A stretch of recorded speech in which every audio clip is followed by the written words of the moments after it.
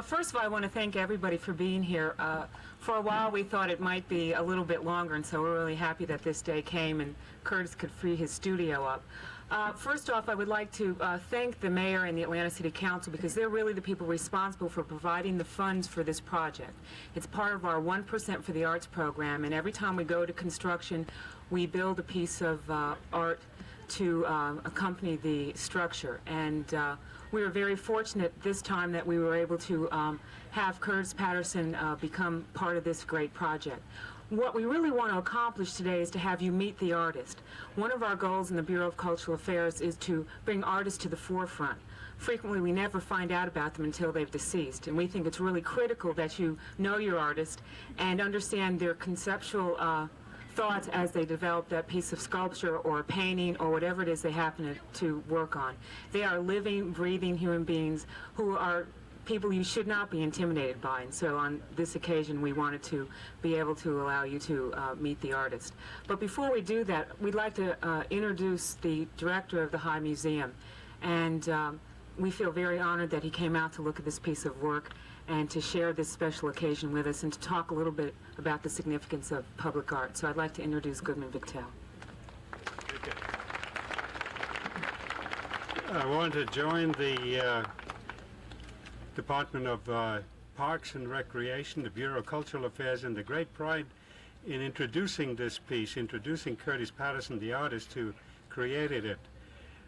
To me, it's a very important event because we in the museum always like to add to our collection, put it on view, hoping that people will come inside our doors and come and look at it. But when you put art right where the people are, such as this recreational center, then it has some real meaning because then people take on a proprietary interest and they see it as a natural part of the environment, and that's what art should all be about. I want to congratulate Curtis for having received this commission.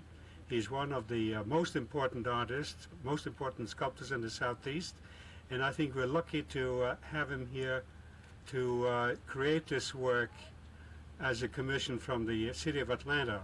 I have to congratulate everybody here, including the commissioners, including the mayor, all of us, because it's a great addition to the cultural treasury of the city.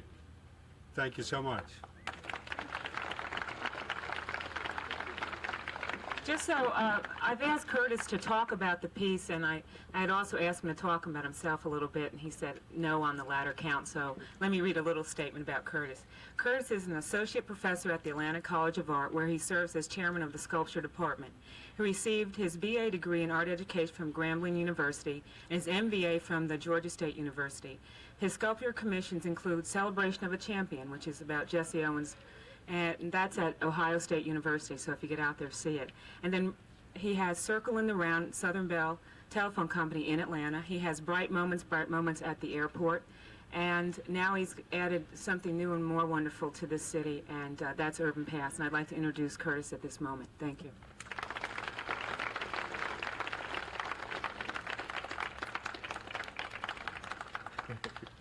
Thank you very much.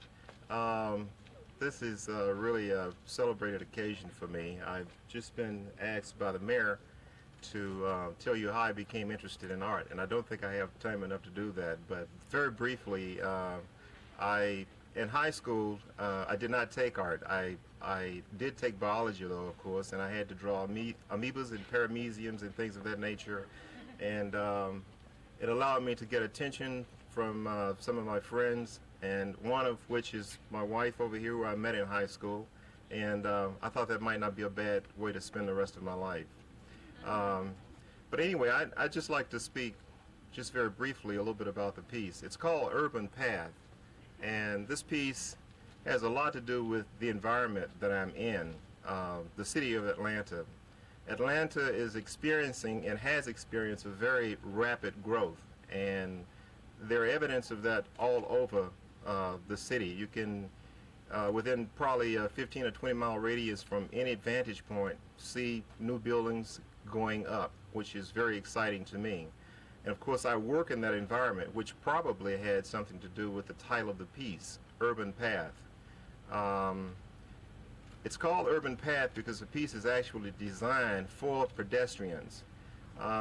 Much of the contemporary sculpture today, I think a lot of people are intimidated by simply because they don't know what it means, what it's about, and I don't think that is the intent of the artist at all. But I've made somewhat of a special effort to try and alleviate some of those intimidations simply by leaving open space within the sculpture itself. So what you see here, urban path, the three elements are important, but the space that's created by those elements are equally as important. The post and lintel element that you see, which is the tallest element over here on the right, is actually serving kind of a dual purpose. And I think when you go in the building and come out, you will really experience one of those. It's post and lintel is one of the very basic forms of architecture, and having been extended the opportunity from Mr. Beeman, Mr. Lafayette Beeman, who is the architect for the building, which is very contemporary in feel and has a very high-tech quality about it, I was trying to kind of reinforce and echo that in the use of the post and lintel element.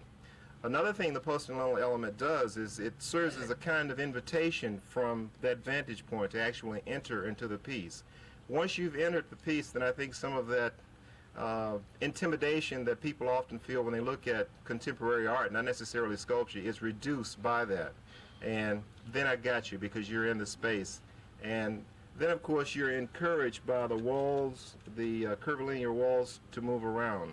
Now, there are a couple of things also that are kind of ancestral in terms of reference in the piece.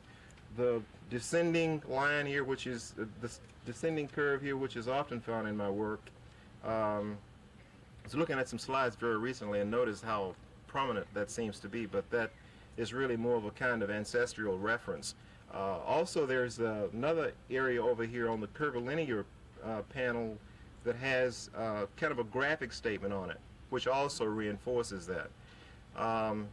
It's really been interesting working here on the site for the last 2 or 3 days. People have come by and asked questions and seem to have some interest in the work, and I appreciate that very much. And again, I'd like to thank the people that were involved, Mr. Lafayette Beeman for extending me the opportunity to do the work, the Bureau of Cultural Affairs, and the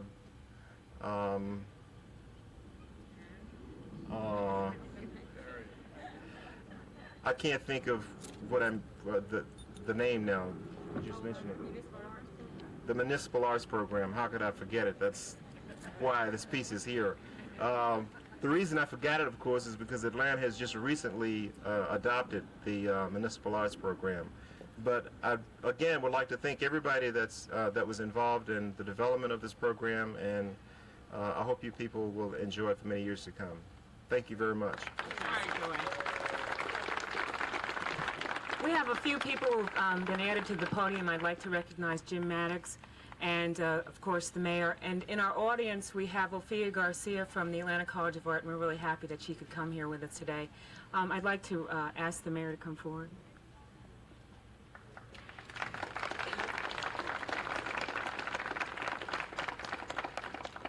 I feel like singing "Oh Happy Day," "Oh Happy Day," when we finally got the Grove Park Gym all together. This is a day that all of us have been waiting for a long time, and we really and truly do appreciate this facility. We appreciate the artwork out front, and I'd like to say to the brothers over there along the walk, I don't know whether can you all hear me over there? I'm talking to y'all. We have really built this for you. And this is something that was built for the finest technical and artistic specifications so that your life will have available nothing but the best. And I just want you to keep it that way.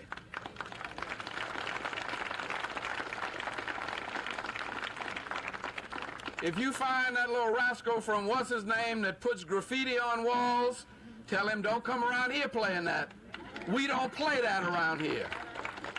You know who I'm talking about, Sir Smith or something that's got his ignorant name on everybody's wall. We don't want that. We want you to make sure that just as we have respected your needs and abilities, by designing one of the finest facilities in the city, that you pass along that respect for the work of this great artist and the architecture and design of the architect, the contractors, and engineers that have labored so hard to make this available. I understand we've got racquetball courts, we've got weight room, we've got, well, I can't wait to get in and see. I haven't seen it either. So why don't I just shut up and say thank you, but when we turn it over to you, it's yours, and we want you to keep it just like we turned it over to you. Thank you very much, and God bless you.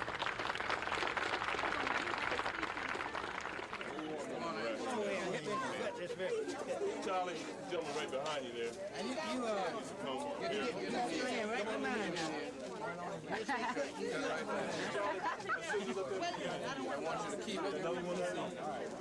Okay, we all ready? Let me just say, so we understand the process.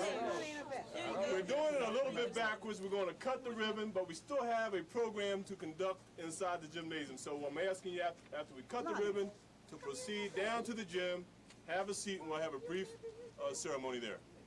We're ready, Mr. Mayor. Okay, on three. 1, 2, 3.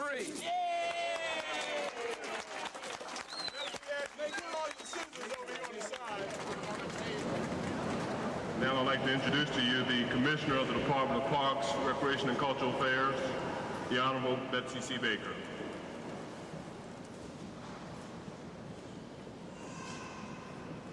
Thank you, Jim. You know, when I first took office, I'm not going to tell you how long it's been, but one of my first duties was to participate in the groundbreaking. And I must say I came into office and I wasn't quite sure what this was all about, but there were a lot of happy faces. Now that seems like yesterday to me. I know to many of you it doesn't seem like yesterday, and this is a long-awaited event. But it is worth waiting for. Let me tell you a little bit about this facility. It is a $2.9 million project, and this is the result of a joint effort of the City of Atlanta and the U.S. Department of Housing and Urban Development Community Development Block Grant Program. We have 25,000 square feet here, and it's going to serve the diverse interests of the Grove Park community, which is about 14,000 people, and of course all of the surrounding areas. We have 4 elementary schools and 3 high schools within a 3-mile radius of the center. So we certainly anticipate that this center is going to be well used, if only the people within this district come, but certainly well used by people all over the city of Atlanta. I have to tell you that in all my travels, I have never seen a recreation facility of this nature and this quality. It is a premier facility, and we are very fortunate to have it in Atlanta.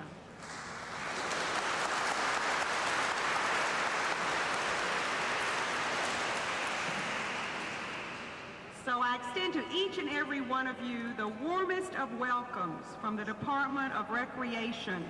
Please use the center, take care of it, and let us help you enjoy it. Thank you. Mayor Young.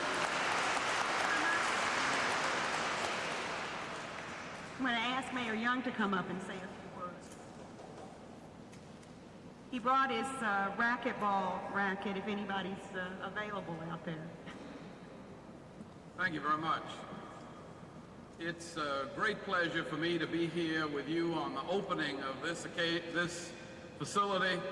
It'll be an even greater pleasure when I get to come back with my tennis shoes and gym shorts on. This is too good a facility for us to just leave to just the young people. And I say this because there's a weight room here, there's a dance studio, and you don't have to do all your dancing in church when you're over 40. You can come by here and do some dancing. And we can have a 35 and over basketball game. And we can make sure that this facility is used all day long. That when the young people are in school, some of us who are approaching being senior citizens ought to be here taking advantage of the craft opportunity. And I'm going to catch Brother Uris out on the tennis court one morning and make sure that I let him know that we have to keep our parks and recreation people in shape themselves, not just telling other people to stay in shape. And so this is a wonderful occasion for us. I'd particularly like to thank all of the members of the City Council who worked so hard to make this possible. I was visiting Councilman Bill Campbell in the hospital today, and he said that he's getting out of the hospital tomorrow, so he's okay. But he couldn't be here today. He asked me to bring you greetings. But Councilman Maddox, Councilman Archie Byron have been working on this for a long, long time and have never once let us forget the commitment that we made for the finest facility in the city being here in the Grove Park neighborhood. We couldn't have done it without the support of Mr. Jimmerson of HUD, and we really appreciate HUD's being involved in this. And let's give HUD a hand. Jimmerson.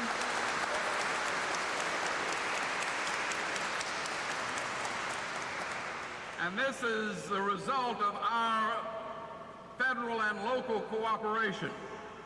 We also want to thank the, am I going to ask the architects and you're going to do that? Well, let me ask the architects to stand up. Let's give Lafayette Beeman a big hand, okay?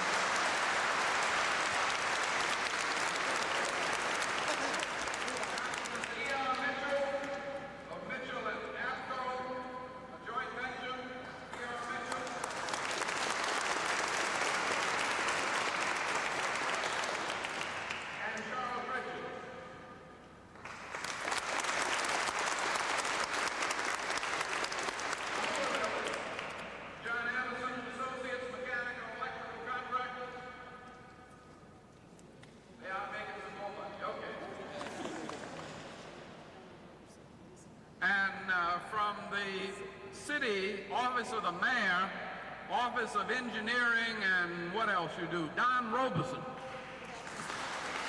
Where's Don?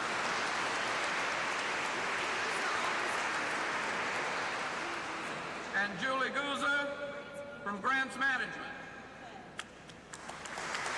She always found the money when we needed it. I'd like to ask Don Robeson to stand again, because I want all of you all to see him. Don Robeson grew up in this community, went to Douglas High School, and got his degree in engineering, made a lot of money, and then came back to work for the city for next to nothing. But most of all, it's been the community itself.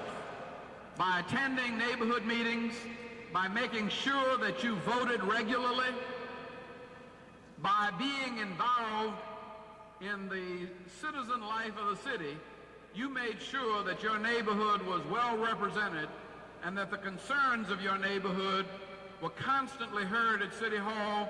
And this really is the result of a lot of citizen effort. And let's ask all of the people from the neighborhood associations who've been working on this for more years than we want to admit to please stand.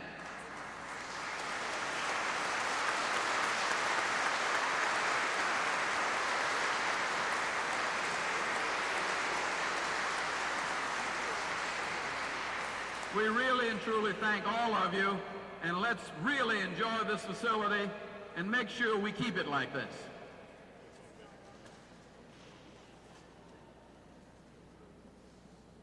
We'd like to recognize also, as long as we're in the Parks Design area, we'd like to recognize Reinald Durst from our Parks Design Department, who worked so hard for this.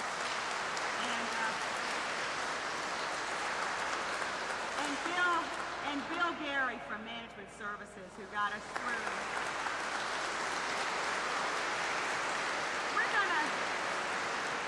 We're gonna be recognizing a lot of folks today, and that is because a lot of people helped get us through this project, and what you see took a lot of people to make this work. For those of you who have programs, you realize right away we're not following the agenda at all. But I think that's appropriate. parks. We like to do things in a very informal fashion, but we do have some other people to hear from and some other folks to recognize. And if I can, try to get back to our program and ask Councilman Jim Maddox, who is the chair of our Human Resource Committee, that happens to be the committee of purview for the Department of Parks, Recreation, and Cultural Affairs, to come forward with a few words.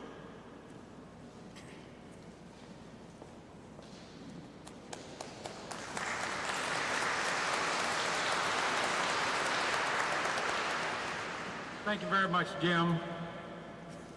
Commissioner Baker, Councilman Byron, Julian Brown, who's chairman of the Grove Park Advisory Council. Ladies and gentlemen, this is another great day in the city of Atlanta. This is a day that a lot of people have been waiting for a very, very long time.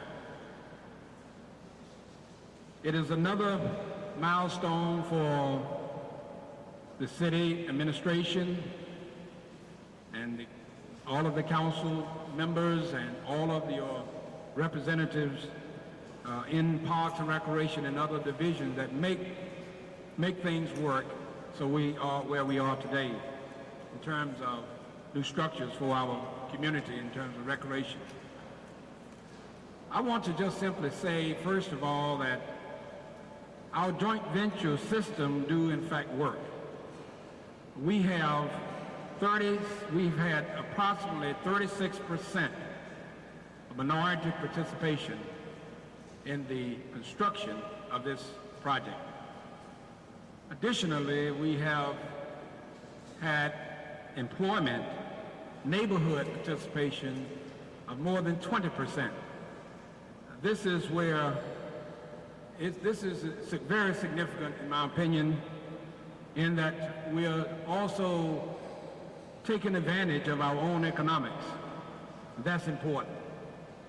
I would just like to say to everyone who will come and use this facility, the boys and girls, the young, the old, the in-between, that you take additional pride in making sure that the facility is maintained. It is so important that these facilities that we bring about, that they are in fact maintained. And you can help. You can go a long way in helping to assure that this place stay as you have received it today and enjoy it to its maximum. And I would hope that you do come and enjoy the facility, utilize the facility, because that is what it's for. It's for you and your use. Make use of it. And another reason, and I'll just sit down after this, another reason why I am so happy also to see this facility completed is that this means that we give now priority to the Ben Hill area. So we can move on that one, so those people in that area will have a facility such as you have here.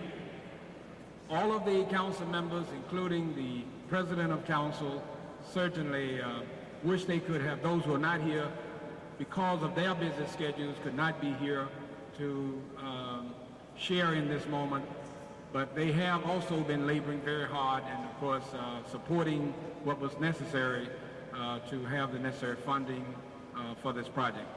Thanks again. Use the facility well, take care of it, and may God continue to bless all of you. Thank you. Thank you, Councilman Maddox. I guess of all the people who are especially happy for today, I don't think any can be more happier than the person I'm going to ask to come forward. Your council representative from the 9th District, Councilmember Archie Byron.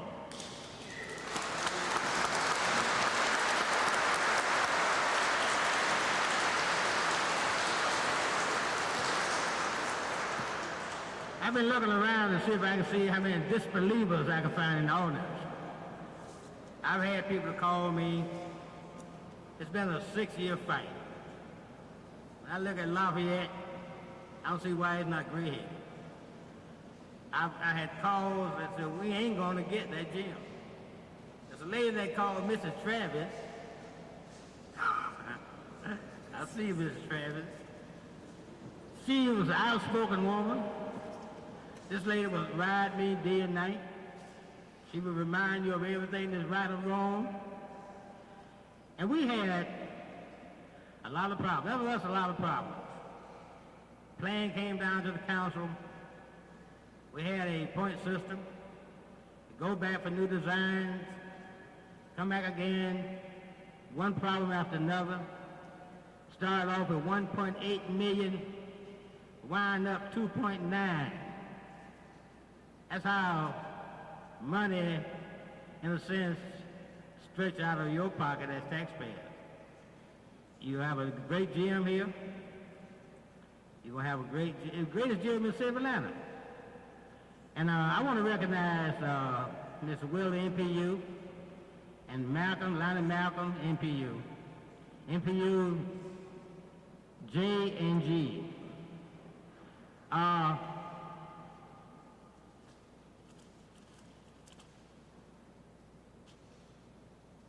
Broke one side of my glass, but I can still use them.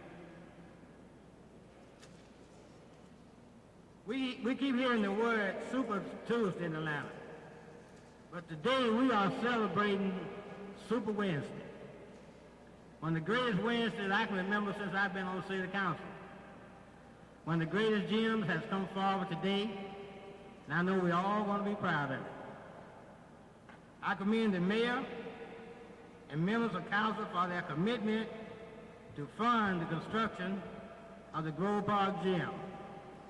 I would like to thank all those who worked to make this day possible, especially the community group who spent many hours looking over the plans and looking over the plans, and we had so many debates, so many changes. The community made a lot of changes. I think Lafayette sometime wondered he was coming or going, but we finally come to the meeting of the minds and decided on the plan, had a good gym coming up. The citizens thank you and everyone who has donated their time, spent time in construction. I met the superintendent, I met the construction workers, I met Mitchell. In fact, even Mitchell and I were working partners in the construction field at one time, and he was a hell of a bricklayer. I'd like to say one thing and make it short before I sit down. The gym we have here today is going to serve the citizens of Atlanta. And I hope the young people take note. This is your gym. Protect it and enjoy it. We've had quite a bit of vandalism over the city of Atlanta. We've had benches torn up, had paint sprayed, we had basketball nets stolen, we had a lot of vandalism. Why steal from yourself? Protect your gym and enjoy your gym. Thank you.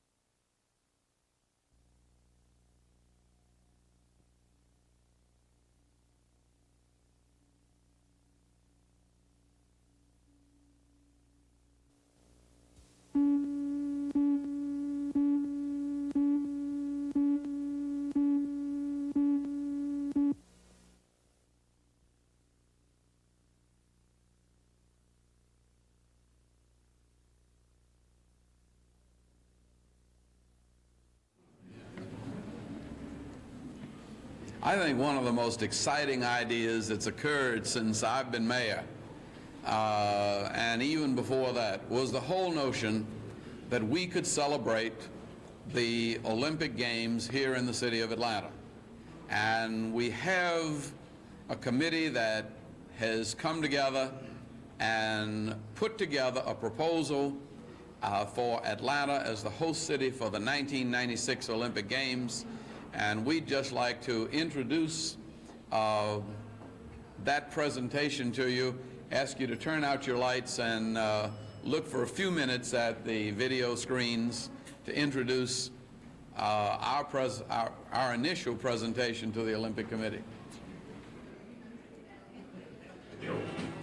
Today, the 18-county Atlanta Metropolitan Statistical Area, MSA, is one of the 5 fastest-growing population centers in the U.S. Home now to almost 2.5 million people. By 2010, it is expected to grow to 3.7 million. Atlanta's population has increased 26.7% over the last decade. I have a dream that one day this nation will rise up. The proposed site for the 1996 Summer Olympics. The Hartsfield Atlanta International Airport is located 10 miles west of downtown Atlanta. It is served by 25 passenger airlines, which serve 122 cities throughout the U.S. and abroad, making it the busiest airport in the world. Olympic participants will be able to be transported to the various Olympic villages on MARTA, a high-speed, safe, and secure rapid rail system that also links the suburbs to downtown Atlanta.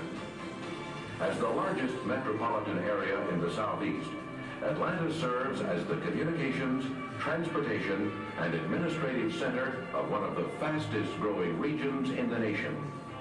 41 countries have official representation in the area through consulates and trained tourism development offices.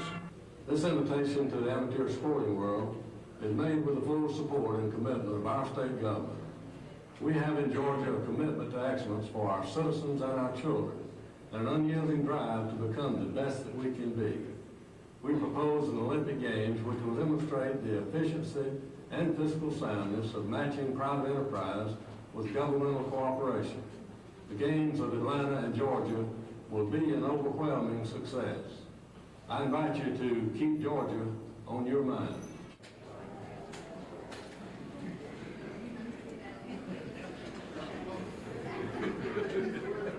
This project is in large measure due to the dedication and vision of an Atlanta attorney, William Porter Payne of the Georgia Amateur Athletic Foundation. And the idea is that the private sector will be able to pull together the resources to make this dream come true. Already the proposal, which represents approximately $200,000 worth of research and effort, printing and filmmaking, has been done at no cost to the city. And what we're looking at is the possibility of a dream coming true in 1996 when Atlanta might host the Olympic Games. Mr. Payne, let me thank you very much. This is the kind of good citizenship we need in this city. Citizens who will take an idea like this and find the money to make them happen. Thank you, Mr. Mayor. The mayor indicated that the production of the bid document, which you see in front of you, and the video, which you've just witnessed, was created with the help of an awful lot of wonderful people and companies throughout this city and state. Many of those resources and help was made available by the people behind me who were part of our effort, and most of which are members of the advisory board of the Georgia Amateur Athletics Foundation, which we founded about 6 months ago in a concentrated effort to put Atlanta and Georgia on the map as a premier host location for amateur athletic championships of national and international significance. I'd like to introduce, if I may, some of the people behind me very briefly. Instrumental in this project from day one through his personal leadership and guidance and through allowing us some of the resources of his staff is Jerry Bartles, President of the Atlanta Chamber of Commerce. Thank you so much, Jerry. Next to Jerry is Jerome Russell, who serves as the general manager of the City Beverage Company of Atlanta and, of course, is on our advisory board, long known for his service to this community. Next to him is John Bevilacqua. John did great service to us, both professionally and as a volunteer, in all the research, of which there were literally thousands of hours, which make up the bid document that we're submitting to the United States Olympic Committee tomorrow. Next is Horace Sibley. Horace is known to you all as a great civic leader in this community, having being affectionately referred to as Mr. Chairman, as he has served as chairman of virtually every volunteer organization in this town. And next is Joe Thomas. Joe is a longtime friend of mine and longtime supporter of this community. Joe has been very generous in his support and his help throughout this effort. Next is Jack Thompson. Jack is Assistant Athletic Director at Georgia Tech, here representing Dr. Rice, and here giving a great endorsement from our fine institution, the Georgia Institute of Technology, in support of this effort. This young lady is Ginger Watkins. Ginger herself is well known in this community for volunteer and community service. Let me say simply that where we are, we would not have gotten where we are today without Ginger's help. Peter Candler. Peter is a wonderful friend of mine and has been with us and instrumental in this project, lending encouragement and financial support from the very beginning. Next we have, of course, the mayor, which the mayor we met with very early when we started this, and I can tell you that never, ever could I ever imagine the receptiveness and the cooperation that we have gained from the mayor and from his staff. And we are proud to represent the city of Atlanta and its great leadership in this undertaking. Representing the governor is his aide and assistant, Lewis Massey.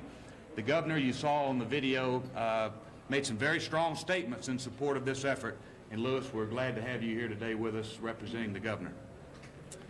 This effort began only several months ago with a belief by some of us, some here with me in this room, that an Olympic Games, an Olympic festival of athletes was a logical happening in Atlanta some 50 to 75 years down the road. We then started thinking, you know, if we could gather together in a collective effort the incredible individual and volunteer and corporate resources that this city is so famous for, that we could accelerate that time and make it happen so that we in this room could in fact enjoy that great festival. It was in that belief and as an outgrowth of that belief that we began the work on this bid documentation that you see, which represents our great city's bid to host the 1996 Games. But that's only a small part of what the Georgia Amateur Athletics Foundation intends to do. At the same time we begin this bid process, we are committing to place Atlanta and Georgia on the map as that premier host location I referred to before, to host major national and international championships. We intend to poll the entire community, the entire corporate community within and without our city and state, in an effort to ask them to identify for us those types of sports and competitions that they would like to see hosted in Atlanta and Georgia. We will also ask them for their financial support and allowing us to, in fact, host these competitions once we're successful in bidding for them. We've begun the process. While some people would say that this current bid is a long shot, we're taking it very seriously, and we are prepared to accept what we hope will be the rewards of this bid and to proclaim our great city as truly the international city that it is.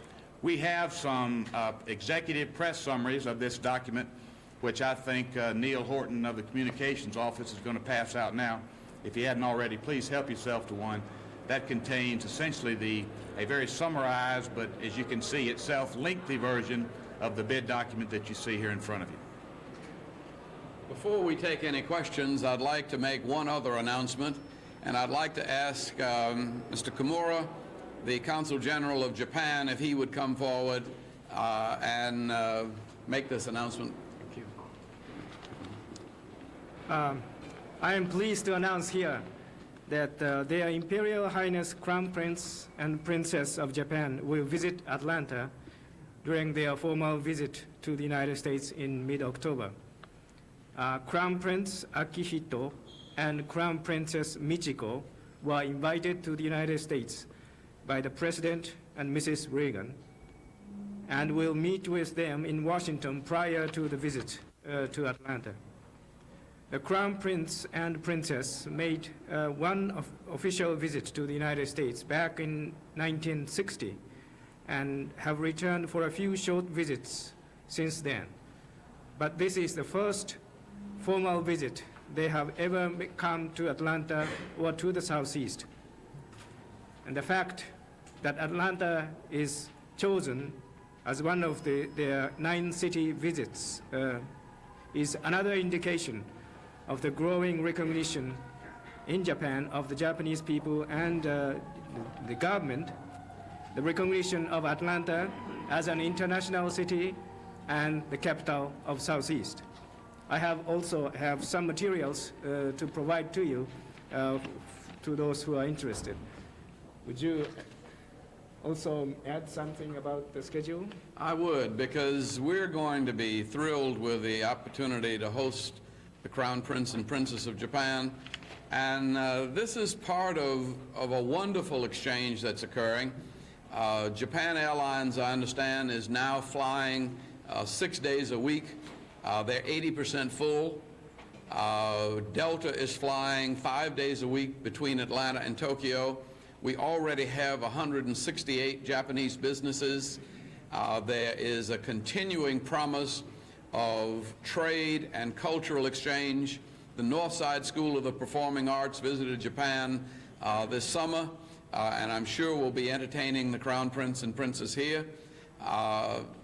This is, I think, the kind of cultural and business exchange that we are encouraging and that we're very pleased to share with the Consul General on October the 11th, I think is the day.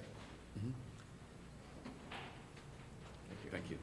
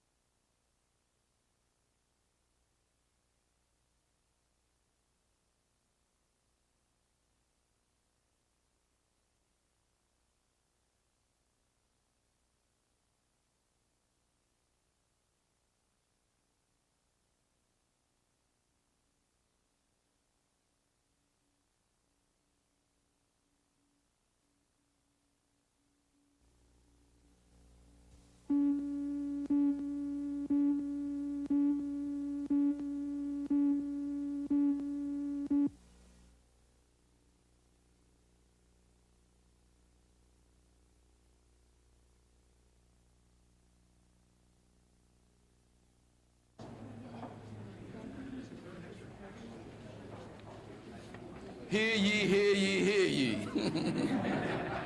Approximately 725 first-time home buyers will have an opportunity to get a mortgage at 2 points below the prevailing rate. They will thereby save about $70 a month on their mortgage, and we're offering mortgage money at 9 1/8, which is about the best rate in town. It's part of the effort of the Urban Residential Finance Authority to provide an opportunity for first-time home buyers to really become homeowners. And if you're going to be a good citizen of Atlanta, you really ought to own a home in Atlanta. And this is the opportunity for people to take the plunge. And I'm going to ask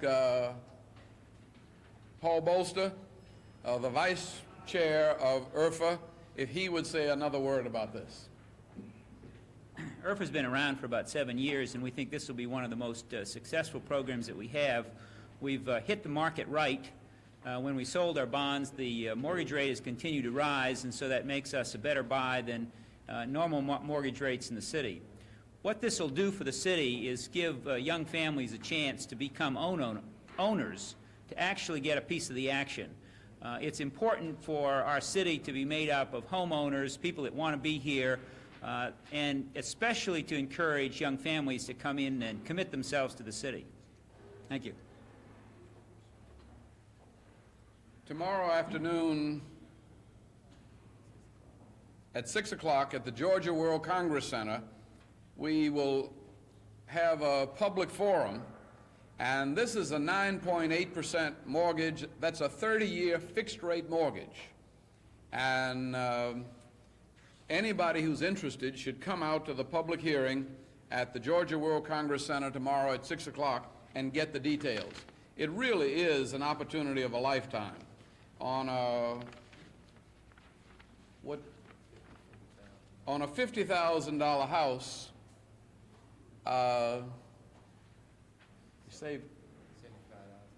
you save $75 a month and $27,000 over the life of the mortgage. That's a whole lot of money. Never in the history of a city has a city given this much back to the taxpayers. So please come and become a homeowner in the city of Atlanta. And it's sort of like IRFA and the city government making it possible for you to save $75 a month and $27,000 over the life of a 30-year mortgage. Where are you going to find a deal like that? I mean, no used car salesman ever offers it sounds like one of those funny commercials that's lies, but this is the truth. And come out at 6 o'clock tomorrow. You know, you expect to see something on the bottom. Don't really believe this, he's lying. But $27,000 savings over the life of a 30-year mortgage, and 9 1/8% saving $75 every month. It means that anybody with a good job can afford a house in Atlanta with this kind of interest rate. So we look forward to these 700 mortgages going pretty soon, and then we'll see what we can do to put together some more money for our public. Any other questions? Bob Jones and Marty Nance, also representing the Urban Residential Finance Authority. Mr. Jones, can you give us a little bit of a background how this money is made available? Money is what you come to the mic. And the fact that not only Atlanta, but I understand other metro governments have been able to do the same thing. This is true. Basically, IRFA serves as an issuer for tax-exempt bonds, which are then purchased by a syndicate or a single entity. The bond money is then submitted to local lending institutions here in the city or in other cities. But in our case, here in the city of Atlanta, there are about 7 institutions that will be lending the money on behalf of the authority. This money, again, will be roughly 2 percentage points below prevailing interest rates. If I can say one other thing.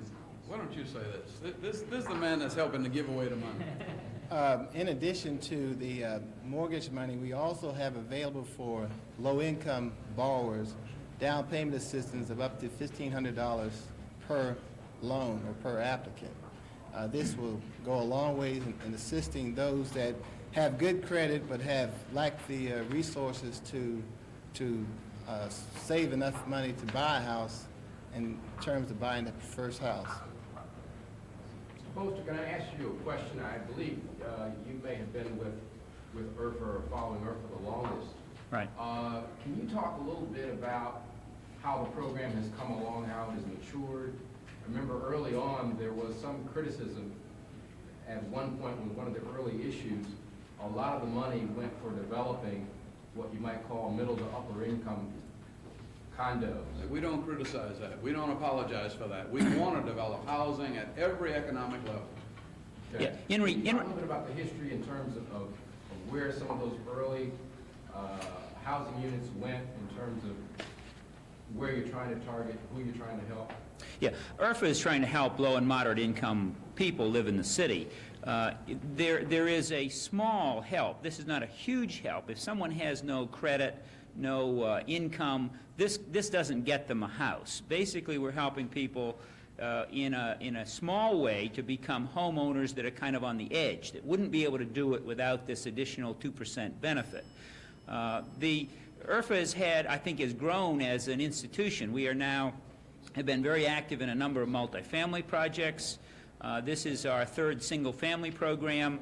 We think that we've hit the market right on this one. Mainly the criticisms of the last issue was that we had our issues and then the market went the other way. In other words, interest rates came down and the program was not as successful. We're sort of an anti-cyclical device. When interest rates are rising, if we're out there in the market, we can provide some good interest rates. If interest rates go down, then our programs are not going to be successful. We think that we're right on the money now in terms of the spread that we have between the normal market rate and what we're offering. At the same time, we are basically targeting, this program is a middle-income program rather than a low-income program, even though we are trying to combine our financing with other deeper subsidy programs that the city might be able to put together. It's not a deep subsidy, it's a shallow subsidy that maybe make the difference between buying and not buying. And have you gotten it worked out to the point where with this public hearing tomorrow or this information session tomorrow, you're targeting individuals, 725. That's going to be the norm now as opposed to a whole lot of money going into one or two concerns, and then can you tell me about that? Some of the money will be committed to developers to build new structures, and I don't know how that breaks down right now, but there is a substantial amount of money available to the average person coming in wanting to buy their first house. Now that's real, you need to emphasize that. This is for first-time home buyers. You can't have owned a home for 3 years. You also are going to have to meet normal income requirements in order to show the lending institution that you can pay the loan back. So depending upon the size of house you buy, it's going to be affected by what your income is. Let me just say that don't look a gift horse in the mouth. This is as close to being a gift as you're going to get in the home market today. And I don't care how good your credit is, and I don't care how much money or how little money you're making, if you're paying about $400 a month rent, you can afford to buy a home on this program. And for about $450 a month, you can own your own home. It's expected that homes in Atlanta are appreciating at close to 10, 11% a year. So it's an absolutely fabulous investment. And any young person who has a job and who is now paying $400, $450 a month rent, now is the time to buy a home in the city of Atlanta. The prices are going to go up and the interest rates are going to go up. And so 9 1/8% interest right now already gives you $75 a month saving, $27,000 over the 30-year life of a mortgage on a $50,000 house. The first 700 people that come in are going to be very well blessed by this program, and I hope you come in quick and sign up and make sure that all this money is gone, because we want to try to get some more in circulation as soon as this is gone. We need more housing in Atlanta. We need poor folks housing, which is handled through the Housing Authority. We need luxury housing. We need low and moderate housing. This is the low and moderate housing. That is how it would work. It'll be a first-come, first-served basis of those who can qualify? That's correct. They need to get in touch with the lender. That's the key point. And the lender would take an application, underwrite the loan to see whether their income and credit and the typical things that lenders do in this case. When they get the loan together, then IRFA will provide the funding for it. But there are, in the brochures are listed all the lenders who have taken commitments on a portion of the $43 million. Also, all the lenders will be present tomorrow at the public meeting, so we do want to emphasize, please encourage the public to attend the public meeting. It's going to be the World Congress Center in the auditorium beginning at 6. I guess the other aspect for the average person out there maybe hearing the broadcast, they need to find a house too. I mean, they have to find a house they want to buy before they come in and make an application. Okay, thank you very much. Good. Sounds good. Okay. Very good.